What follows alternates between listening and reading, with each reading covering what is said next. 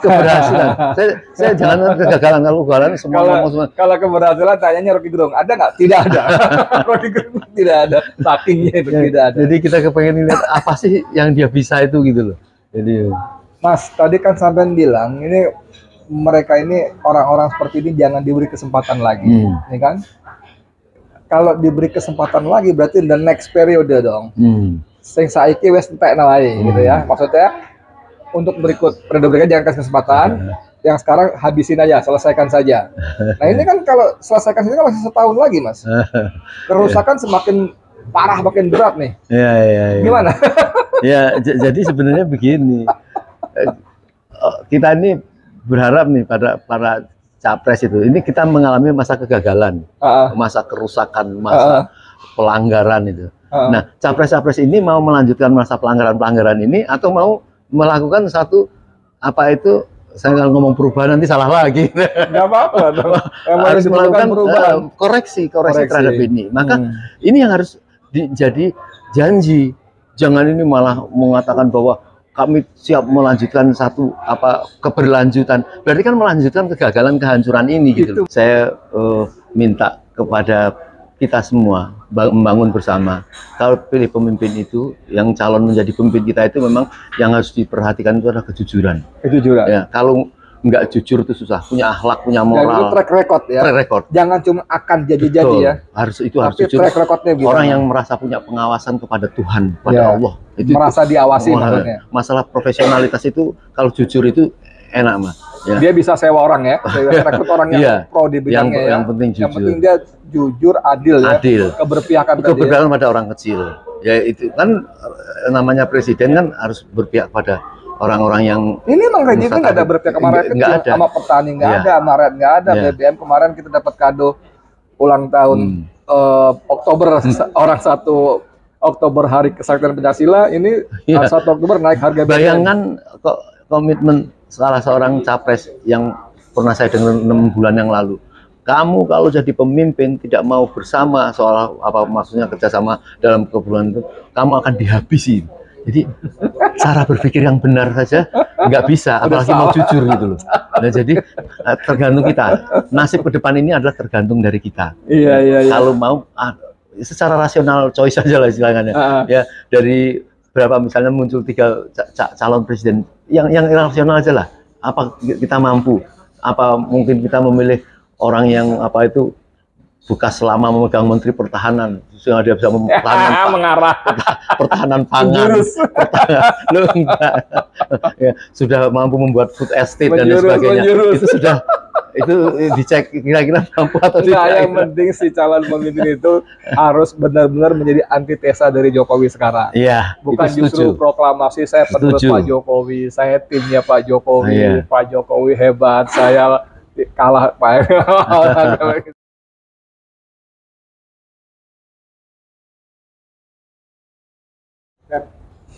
Bismillahirrahmanirrahim. Assalamualaikum warahmatullahi wabarakatuh. Waalaikumsalam. Dengan saya Edi Mulyadi dari Forum News Network FNN.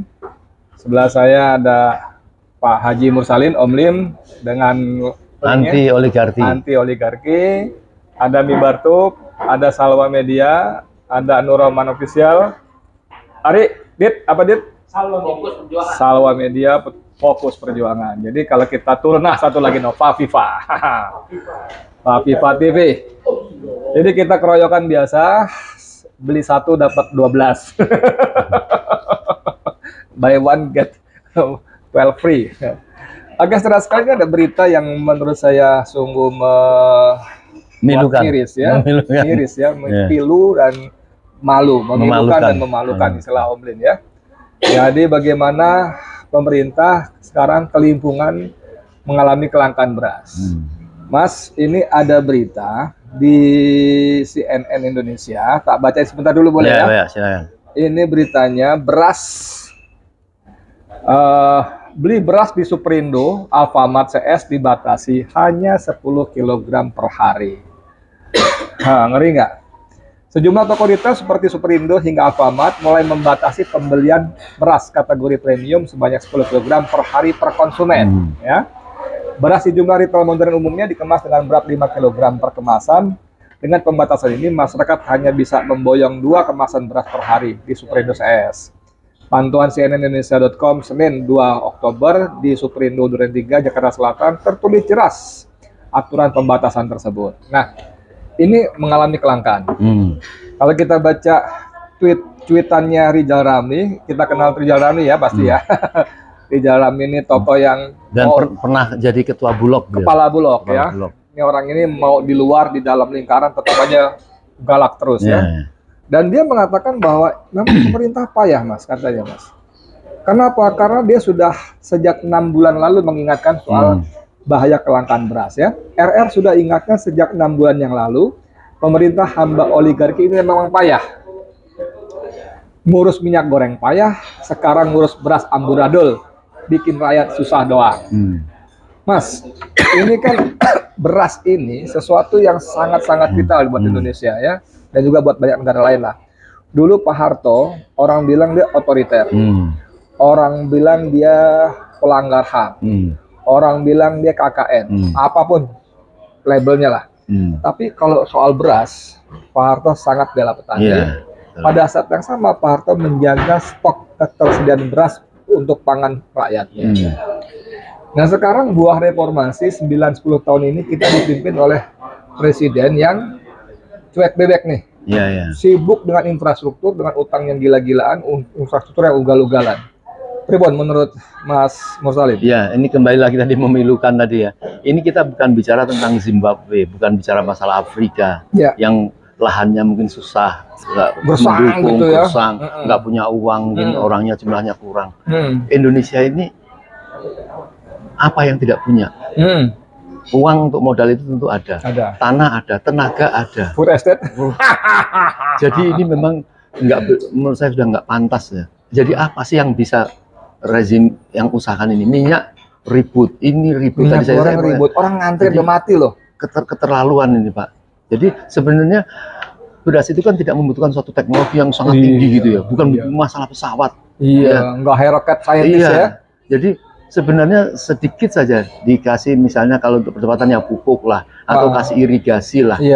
Itu yang menjadi infrastruktur yang terpenting. Infrastruktur itu jangan jalan tol yang nggak, urusan infrastruktur masalah pengairan, masalah ini. Nah ini tentu menjadi koreksi juga para Bulog. Kemarin saya lihat dengar orang DPR marah-marah mau ke daerah-daerah katanya gudang-gudang Bulog kosong. Lah tapi dikasih uang. Mestinya Bulog ini kan bisa membeli beras-beras dari petani-petani itu. Apakah benar tidak ada panen? Ini harus di cross check. Jadi ini urusannya bisa jadi hanya masalah calo atau keuntungan aja. Mbatan beras itu untungnya banyak loh. Jadi gini, Mas Mursalim, waktu Rizal Ramli jadi kepala Bulog, saya kan lumayan tahu dia bagaimana. Jadi dia memerintahkan stafnya untuk memantau pergerakan harga beras di Pasar Induk Cipinang untuk wilayah Jakarta. Jadi Rp50 saja angka itu bergerak, apalagi sampai 100, itu buat dia early warning. Early warning bahwa harus hati-hati. Ada yang harus diperhatikan. Begitu angka bergerak 100 per kilogram naik, dia akan perintahkan turun, lihat apa yang terjadi. Apakah ada apa sih namanya mafia beras, spekulan beras segala macam. Begitu diketahui penyakitnya langsung siapa? Misalnya si X yang main beras dipanggil. Gitu loh. Kalau nggak ketahuan dia ada penyakitnya sebelah sini, maka digeruduk beras itu ke pasar. Yang disebut operasi pasar. Tinggal kuat-kuatan untuk pemerintah atau si spekulan tadi. Nah, oleh karena itu memang sangat mudah sekali kan pemerintah melakukan satu kontrol terhadap itu. Apakah kita kurang ahli? Hampir di seluruh Indonesia, namanya universitas itu pasti ada fakultas pertanian, mesti ada ahlinya, profesornya ini. Jadi bahkan kita punya IPB ya. Memang IPB itu seluruhnya tuh. Nah, apakah pemerintah ini tidak mampu menyerap orang itu atau tidak dilibatkan, atau malah memang merasa tidak ada lapangan kegiatan di pertanian kemudian pada ngambil ke bidang-bidang lain. Jadi ini menurut saya ini bukan suatu kelucuan, sesuatu kegagalan yang menyebabkan bahaya bagi masyarakat karena makan pokoknya itu ada beras. Jadi memang harus ada proses politik untuk segera. Kata Mas Mursalim tadi kan beberapa waktu lalu kan belum lama lah ya, beredar viral kan, seorang anggota Dewan Komisi 4 kan, bagaimana dia mengatakan tak sebutir pun beras petani dibeli. Betul. Padahal uangnya ada. Setelah itu nggak lama Jokowi perintahkan impor beras dari Cina. Biasanya impor beras dari Thailand, dari Vietnam, ini dari Cina. Jadi memang Jokowi memang bekerja yang sangat keras untuk mensejahterakan rakyat. Tapi rakyat Cina, bukan rakyat Indonesia. Nah gitu loh. Dan soal impor beras ini menarik. Karena kata Rizal Ramli, beras itu rentenya menggiurkan. Menggiurkan, betul. Jadi dia bisa kantongi $1-2 per kilogram. Atau $20 per ton malah. 20 per ton. Kalau impornya 1 juta ton berarti 20 juta dolar loh. 20 juta dolar tuh berarti 300 miliar ya. 300 miliar ya? 300 miliar.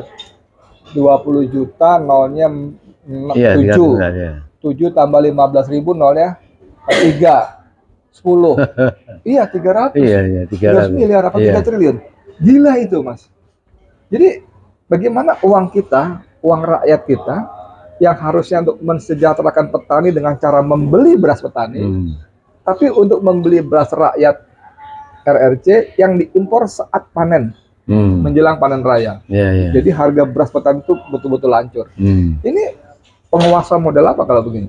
Ya, jadi memang tidak mampu atau curang. Yang menurut saya memilih yang kedua, karena enak sekali tinggal mengimpor, tidak memperdulikan petani, kemudian dia dapat untung. Itu yang terjadi di sektor mana-mana, sepertinya itu yang dilakukan oleh kekuasaan ini. Oleh karena itu, saya kira ini penyelesaiannya bukan masalah teknis itu, tetapi masalah politik, Pak. Dihentikan betul-betul orang-orang yang kurang ajar. Politiknya gimana? Maksudnya konkretnya gimana? Konkretnya misalnya contohnya ini kembali kepada masalah rempang. Maaf saya belok nih rempang. Kan melakukan kesalahan pasti. Jangan dikasih kesempatan lagi untuk ngurus itu. Jadi harus dihentikan, diganti atau dituntut kalau membahayakan rakyat. Nah, termasuk pertanian juga kalau dia membahayakan rakyat dalam kelangkaan seperti ini, ya jangankan diberikan tugas kembali untuk mengevaluasi. Jadi ada resikonya gitu. Jadi kalau seperti kayak gini, ya nggak ada resiko apa-apa. Presiden juga tidak bertanggung jawab, hanya ngurusin masalah dinasti kekuasaan keluarga, urusan apa, ngurusin apa supaya bagaimana yang menjaga keamanan dia. Ini siapa yang saya memang satu-satunya rakyat kalau udah seperti ini. Jadi kalau kita tunggu mau dia mau menguasai di dalam apapun, pasti tidak akan cakep. Coba dicari apa keberhasilan. Saya jangan kegagalan semua ngomong semua. Kalau keberhasilan tanyanya Rocky Gerung, ada nggak? Tidak ada. Rocky Gerung tidak ada. Sakingnya itu tidak ada. Jadi kita kepengen lihat apa sih yang dia bisa itu gitu loh. Jadi Mas, tadi kan sampean bilang ini mereka ini orang-orang seperti ini jangan diberi kesempatan lagi, ya kan? Kalau diberi kesempatan lagi berarti the next periode dong. Sing saiki wes entekna wae gitu ya. Maksudnya untuk periode berikutnya jangan kasih kesempatan. Yang sekarang habisin aja, selesaikan saja. Nah ini kan kalau selesaikan saja masih setahun lagi, Mas. Kerusakan semakin parah, makin berat nih. Gimana? Ya, jadi sebenarnya begini. Kita ini berharap nih pada para capres itu, ini kita mengalami masa kegagalan, masa kerusakan, masa pelanggaran itu. Nah, capres-capres ini mau melanjutkan masa pelanggaran-pelanggaran ini atau mau melakukan satu apa itu? Saya nggak ngomong perubahan nanti salah lagi. Nggak apa-apa. Harus melakukan koreksi terhadap ini. Maka ini yang harus jadi janji. Jangan ini malah mengatakan bahwa kami siap melanjutkan satu keberlanjutan. Berarti kan melanjutkan kegagalan, kehancuran ini gitu. Itu malah jelas-jelas saya penerus Jokowi. Kata capres yang lain gimana? Apa yang mau diteruskan dengan kondisi seperti ini? Oleh karena itu saya paham ya. Hiruk pikuk politik mau yang tadinya mereka saling bermusuhan katanya mau bergabung ini kan coba yang di bawahnya sudah saling teman-teman nggak tahunya digabung harga diri teman-teman intelektual yang itu di mana itu saya berpikir ini kan larinya kepada masalah penanganan. Jadi kalau kembali ke soal beras tadi Mas, ini kan beras itu sesuatu yang sangat vital ya, kebutuhan pokok dan sebagian besar penduduk kita makan beras ya. Memang ada beberapa saudara kita di bagian timur misalnya ya, ada yang makan sagu atau ada tempat lain makan jagung, makan apalah gitu. Tapi saya kira mungkin minimal 70% barangkali untuk kita makan beras, ya kan? Artinya kalau pemerintah betul-betul aware, melindungi, melayani rakyatnya, ini kan beras mesti dijaga betul. Iya, iya, iya. Pertama ketersediaannya, kedua keterjangkauannya, harganya. Ini kan dua-duanya nggak ada. Berasnya langka, mahal dan langka. Sampai orang punya duit pun nggak bisa beli seenaknya karena maksimal cuma 10 kg aja. Iya, iya. Nah, jadi kita mesti bagaimana dengan pemerintah seperti ini? Ya itulah, kalau kita mengoreksi rezim sekarang ini untuk melakukan ini kayaknya udah capek, Pak. Capek. Ya saya cuma mau cerita, maaf ya, ini nggak bisa dibanding-bandingkan. Saya kan lumayan lah 4 tahun lah di Jepang ya, dan saya sering di 2 tahun terakhir itu naik mobil sendiri dari apartemen ke satu kota, jaraknya 60 kilo lah, dan ngelewatin sawah-sawah gitu ya. Dan saya lihat sawah-sawah besar itu hanya ditangani 2 orang, suami istri, yang pakai traktornya, dan saya lihat, wah, namanya air itu kalau sini galengan itu ya, airnya itu canggih, sini putar sini, putar sana gitu. Itu semua fasilitas pemerintah, pemerintah. Jadi mengapa mereka itu pede sekali? Orang punya petak tanah saja dia bisa jual dengan harga tinggi, berasnya bisa bagus. Itu peran pemerintah. Oke lah, kita nggak usah bandingkan dengan negara kaya. Tapi apa upaya pemerintah ini terhadap masalah pupuk yang makin sulit? Jadi beras ini kan bicara soal keberpihakan sebetulnya. Bagaimana pemerintah berpihak kepada rakyatnya. Pupuk misalnya disebut tadi. Dari 17 jenis pupuk yang disubsidi, dipangkas tinggal 2. 2 jenis pun itu dicari nggak ada. Langka. Kalaupun ada, harganya mahal. Lalu ada mekanisme mesti daftar ini itu segala macam, sehingga si pengecer itu hanya bisa menjual pada petani yang terdaftar namanya. Kalau sampean petani tidak terdaftar, sampean nggak boleh beli. Nah, kalau saya jual juga, ketahuan saya bisa kena pidana. Saya waktu di dalam di Barat Kering itu ada 2 orang tukang jual pupuk, dituduh menyalahgunakan subsidi pupuk karena dijual kepada petani yang tidak terdaftar. Nah, petani itu yang dia jual ke orang itu, dia kenal karena satu kampungnya, satu kampung dan memang petani. Tapi mereka nggak sempat terdaftar karena urusan administrasi yang ribet segala macam. Nah, tapi pada saat sama, coba Mas Mursalin, bayangkan untuk petani yang punya sawah paling top 1 hektar 2 hektar, paling top, kadang-kadang nggak sampai 1 hektar, itu ribetnya luar biasa. Tapi pupuk langka ternyata kenapa dipakai untuk perusahaan-perusahaan besar yang lahannya bisa ratusan ribu hektar bahkan jutaan hektar. Ini kan lagi-lagi soal keberpihakan. Bos-bos besar perusahaan besar itu nggak ada yang namanya sanksi, nggak ada apa. Jadi inilah yang menyebabkan tidak ada semangat orang bertani, karena melihat pupuk, melihat bahan bakar, melihat harga jual, belum dia harus menggabain akhirnya orang malas, Pak. Sebagaimana petani jeruk ya, dia malas panen. Wah, lihat jeruknya banyak, tapi dipanen untuk itu rugi, dijual murah karena beras impor masuk. Ini memang pemerintah model apa kalau begini? Saya bingung. Saya seperti kehabisan kata-kata nih. Mesti bagaimana lagi? Mesti digambarkan bagaimana panasnya neraka itu, Pak.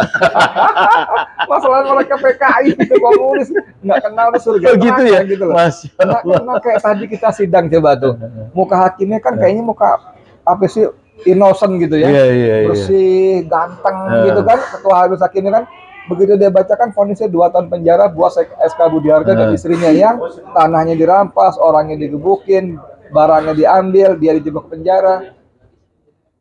Kan nggak kenal surga neraka itu, gitu loh. Nah, kembali ke soal beras tadi, bagaimana uang kita yang bertriliun-triliun yang dititipkan pada Bulog itu, namanya Badan Urusan Logistik, kan mestinya dia mengutamakan pembelian dari beras petani. Kalau anggota Komisi 4 DPR yang viral itu mengatakan bahwa tidak sebutir pun beras petani dibeli, ini kan keterlaluan. Dia mungkin itu terlalu berlebihan, tapi dia mengatakan saking minimnya barangkali gitu ya. Nah, ini siapa yang harus mengambil tindakan seperti ini, siapa? Ya kalau mestinya kan DPR ya, mekanisme itu DPR. Tapi apa rakyat masih mampu dan sabar untuk memproses melalui DPR? Ya kalau tidak ya, kalau rakyat misalnya itu mempunyai pengawasan yang apa yang lengkap kayak DPR kan nggak mungkin juga. Hanya bisa katakanlah, maka ya ganti rezim gitu. Hanya itu yang bisa dikatakan karena tidak menunjukkan apa itu secara perjuangan ini sisa waktu seperti ini kita punya persoalan ini maka yang dilakukan ini kan nggak ada gambaran. Jadi nggak ada harapan. Kalau nggak ada harapan kayak gitu berarti memang harus dipasrahkan kepada yang mampu gitu. Jadi kalau tadi ngomong soal fee ya, pemburu rente, impor 1 juta ton, 1 ton dapat kickback fee $20, berarti 20 juta dolar. 20 juta dolar kali 15.000, 300 miliar, ya kan?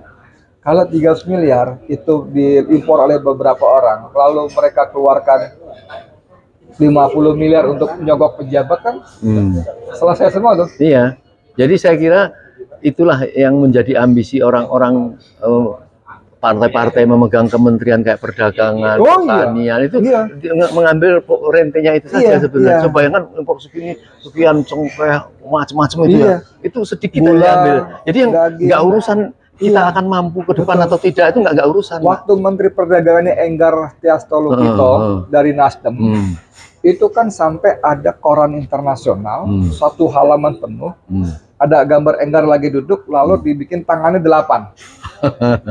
Tangan 8 tuh semua impor, gula, gandum, beras, daging, bawang merah, bawang putih segala macam, dan itu nilainya triliunan, fee-nya triliunan. Dan waktu itu si Rizal Ramli itu sempat bersuara keras dan sempat bersitegang bahkan sampai ke ranah hukum melawan Surya Paloh. Karena kan dia bilang Pak Jokowi harus tegur Surya Paloh gitu kan. Ini menterinya dagang rente impor gitu kan, bla bla bla bla. Akhirnya memang terjadi apa namanya mediasi, nggak sampai ke pengadilan. Waktu itu Rizal Ramli dibantu oleh si Otto Hasibuan CS. Dan terus bertambah jumlah pengacara yang membela sampai 1.000 lebih. Saya ingat pas konferensi itu kantornya Peradi itu luar biasa. Jadi memang cerita soal pemburu rente di komunitas impor ini luar biasa, Mas. Dan semua, nah sekarang ini terjadi, Mas. Ini terjadi menjelang pemilu. Nah jangan salah. Ini terjadi menjelang pemilu dan seperti biasa terjadi menjelang pemilu gini, pilpres begini adalah untuk biaya, pilpres, money politik dan sebagainya. Ini sistem kita memang udah lewat rusak. Saya sebagai penutup dah. Nanti saya mau ngomong ini pesan untuk merubah nasib ya. Benar. Kalau kita sudah tidak percaya dan memang tidak ada yang punya kemampuan, saya minta kepada kita semua membangun bersama. Kalau pilih pemimpin itu, yang calon menjadi pemimpin kita itu memang yang harus diperhatikan itu adalah kejujuran. Ya, kalau nggak jujur itu susah. Punya akhlak, punya moral. Itu track record ya. Track record. Jangan cuma akan jadi-jadi ya. Harus jujur. Track recordnya gimana? Orang yang merasa punya pengawasan kepada Tuhan, pada Allah. Itu merasa diawasi maksudnya. Masalah profesionalitas itu kalau jujur itu enak, Mas. Ya. Dia bisa sewa orang ya, rekrut orang yang pro di bidangnya. Yang penting jujur. Yang penting dia jujur, adil ya. Keberpihakan pada orang kecil. Ya itu kan namanya presiden kan harus berpihak pada orang-orang yang. Ini emang rezimnya nggak ada berpihak sama rakyat kecil, sama petani nggak ada, sama rakyat nggak ada. BBM kemarin kita dapat kado ulang tahun Oktober orang 1 Oktober hari Kesaktian Pancasila, ini 1 Oktober naik harga BBM. Bayangkan kok komitmen salah seorang capres yang pernah saya dengar 6 bulan yang lalu. Kamu kalau jadi pemimpin tidak mau bersama soal apa maksudnya kerjasama dalam kebutuhan itu, kamu akan dihabisi. Jadi cara berpikir yang benar saja nggak bisa, apalagi mau jujur gitu loh. Nah, jadi tergantung kita. Nasib ke depan ini adalah tergantung dari kita. Iya. Kalau mau secara rasional choice aja lah istilahnya. Ya dari berapa misalnya muncul 3 calon presiden yang rasional aja lah. Apa kita mampu? Apa mungkin kita memilih orang yang apa itu bekas selama memegang Menteri Pertahanan sehingga dia bisa mempertahankan pertahanan pangan, ya, sudah mampu membuat food estate dan sebagainya. Itu sudah itu dicek kira-kira mampu atau tidak. Yang penting si calon pemimpin itu harus benar-benar menjadi antitesa dari Jokowi sekarang. Iya. Bukan justru proklamasi saya penerus Pak Jokowi, saya timnya Pak Jokowi, Pak Jokowi hebat, saya kalah Pak. Gitu ya. Ya, ada. Karena Jokowi 90 tahun berkuasa ini kita bukan meroket tapi menekor ya, masuk ke dalam gorong-gorong. Ya Mas, kita saudara sekalian ya semuanya ya. Kita berdoalah semoga kita berdoa akhirnya memang sebagai seorang beriman nggak ada cara lain ya. Setelah kita berupaya mati-matian, kita harus menyerahkan diri pada Allah yang Maha Kuasa ya, mohon pertolongan. Ya diberikan stok kesabaran lebih banyak gitu ya. Karena kalau nggak sabar kita nggak tahu mau ngapain lagi gitu. Frustasi, jangan-jangan kita bunuh diri atau skeptik. Ya, harus sabar gitu. Emang gue pikirin, saya isbiru wasobiru warobitu ya. Di surat An-Nisa ayat 200 ya. Ayat terakhir ya. Betul. Jadi kembali ke soal sedikit tadi. Jadi ketika dalam salah satu grup WA ada yang share soal Rempang, itu potongan suaranya Ahmad Rosinuddin. Ini bisnisnya si siapa namanya Luhut, Erik, segala macam. Itu ada anggota grup yang dengan gampang, emang gue pikirin. Gila nggak sampai segitu? Emang gue pikirin. Sampai segitu sosialnya gitu. Warga kita tuh. Nggak pikir kalau itu terjadi pada diri lu, keluarga lu, saudara lu, dan sebagainya. Ya wes lah, gitulah kurang lebihnya. Oke, saudara sekalian, lagi-lagi kita berdoa pada Allah, semoga Allah melindungi kita semua agar Indonesia lebih baik, tidak semakin jatuh dalam cengkraman oligarki yang difasilitasi oleh pejabat-pejabat bermental amangkurat. Ya. Amin ya rabbal alamin. Saya Edi Mulyadi untuk FNN Indonesia lebih baik. Assalamualaikum warahmatullahi wabarakatuh.